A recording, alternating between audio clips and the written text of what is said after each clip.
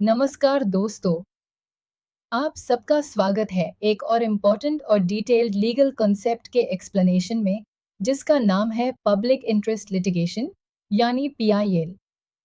ये टॉपिक सिर्फ एक लीगल कॉन्सेप्ट नहीं, बल्कि एक जुडिशियल रेवोल्यूशन का सिंबल है।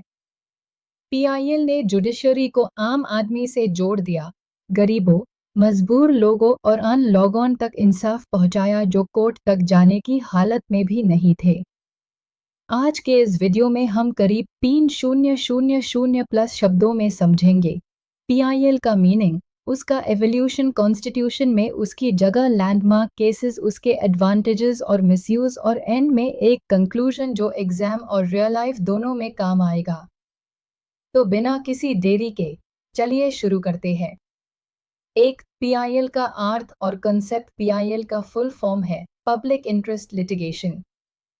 हिंदी में इसका अर्थ है जनहित में दाखिल की गई याचिका। ये एक ऐसी लीगल प्रक्रिया है जिसमें कोई भी व्यक्ति अपने खुद के लिए नहीं, बल्कि समाज के किसी विशेष वर्ग या जनहित के लिए कोर्ट का दरवाजा खटखटा सकता है। इसमें डायरेक्ट अफेक्टेड पार्टी होने की जरूरत नहीं होती। मतलब अगर एक लॉयर या सोशल वर्कर को लगता है कि किसी गरीब, मजदूर, बच्चा या महिला के फंडामेंटल राइट्स वायोलेट हो रहे हैं, तो वो पीआईएल फाइल कर सकता है। 2. Constitutional base of PIL. PIL कोई ऑर्डिनरी लॉ का कंसेप्ट नहीं है।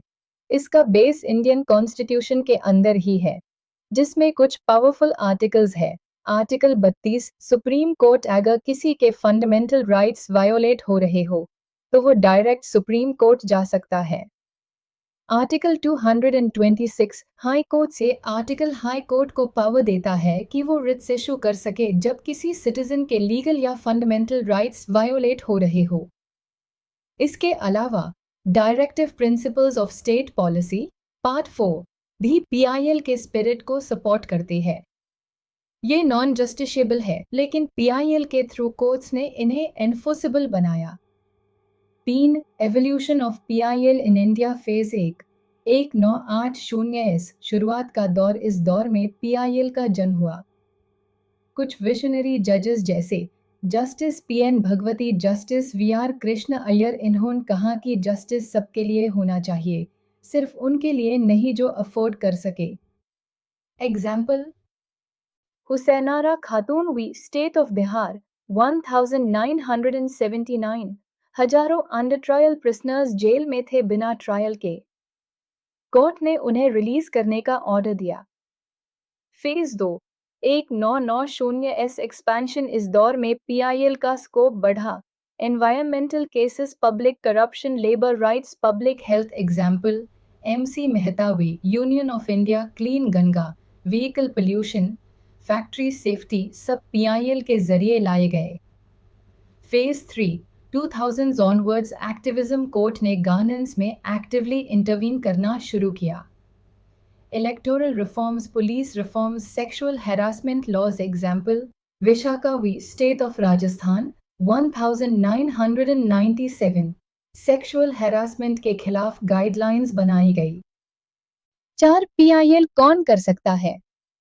Locus standi relaxed. पहले लॉ कहता था कि सिर्फ वही आदमी केस फाइल कर सकता है जिसका खुद का हक छिनता गया हो, लेकिन पीआईएल ने इस रूल को तोड़ दिया। अब कोई भी public spirited person PIL file कर सकता है।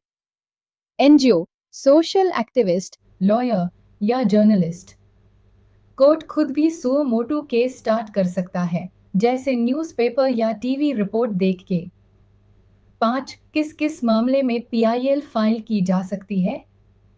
पीआईएल का स्कोप बहुत बड़ा है। कुछ examples, human rights violations, bonded labour, custodial torture, environmental issues, pollution, forest cutting, public health and safety, unsafe buildings, adulterated food, government inaction और corruption, exploitation of poor, women, children. ये सब topics PIL के under आते हैं। 6. Procedure, PIL file कैसे करें? PIL file करना बहुत इजी है। सुप्रीम कोर्ट आर्टिकल 32 में डायरेक्ट जा सकते हैं। हाई कोर्ट आर्टिकल 226 में भी याचिका दाखिल की जा सकती है। आम केसेस के म्यूकेबल में पीआईएल फाइलिंग सिंपल होती है। प्लेन पेपर पे एप्लीकेशन लिखी जा सकती है, कोर्ट फी नहीं लगती, लेटर पिटिशन भी वैलिड है, पर कंडीशन ये है कि याचिका जनहित में हो, पिटिशनर पब्लिक इंटरेस्ट में काम कर रहा हो।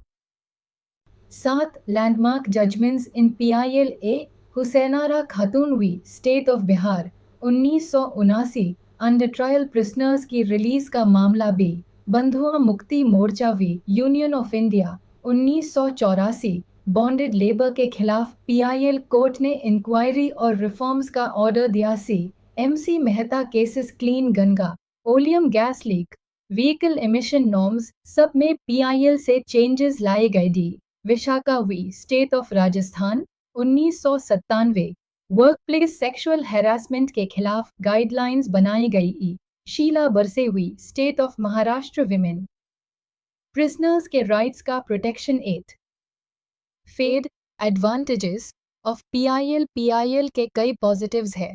गरीबों के लिए एक्सेस टू जस्टिस, जहां आम आदमी कोर्ट नहीं जा सकता, पीआईएल उनका मीडियम बनता है। एग्जीक्यूटिव अकाउंटेबिलिटी, गवर्नमेंट अगर काम नहीं करती तो कोर्ट उन्हें जगता है। पब्लिक पार्टिसिपेशन, लोग डेमोक्रेटिक प्रोसेस में एक्टिवली जुड़ते हैं। ह्यूमन राइट्स प्रोटेक्शन, जहां बेसिक राइट्स वायोलेट हो रहे हो वहां पीआईएल पावरफुल वेपन है। 9 challenges and misuse of PIL, जितना बड़ा टूल है पीआईएल उतना हाई मिसयूज का रिस्क भी है। मिसयूज, कुछ लोग पीआईएल फाइल करते हैं पर्सनल या पॉलिटिकल मोटिव्स से। पीआईएल को पब्लिसिटी स्टंट बनाने की कोशिश होती है। जुडिशियल ओवररीच, कोर्ट कभी कभी एग्जीक्यूटिव के काम में भी इंटरफियर करता है, जो सेपरेशन ऑफ पावर्स के खिलाफ है। Backlog of cases, frivolous PIL judiciary का टाइम वेस्ट करती है। रेगुलेशन की कमी, हर पीआईएल जेन्युइन नहीं होती। फिल्टरिंग मैकेनिज्म जरूरी है। सुप्रीम कोर्ट ने भी कहा है। Ashok Kumar Pandey v state of West Bengal, PIL publicity या पॉलिटिकल राइवलरी के लिए नहीं होनी चाहिए। 10 conclusion, strong wrap up for exam and practical understanding. तो दोस्तों, पब्लिक इंटरेस्ट लिटिगेशन एक पावरफुल कॉन्स्टिट्यूशनल इनोवेशन है जिसे जुडिशरी ने अपनी बाउंड्रीज को एक्सपैंड करके आम आदमी तक इंसाफ पहुंचाया है।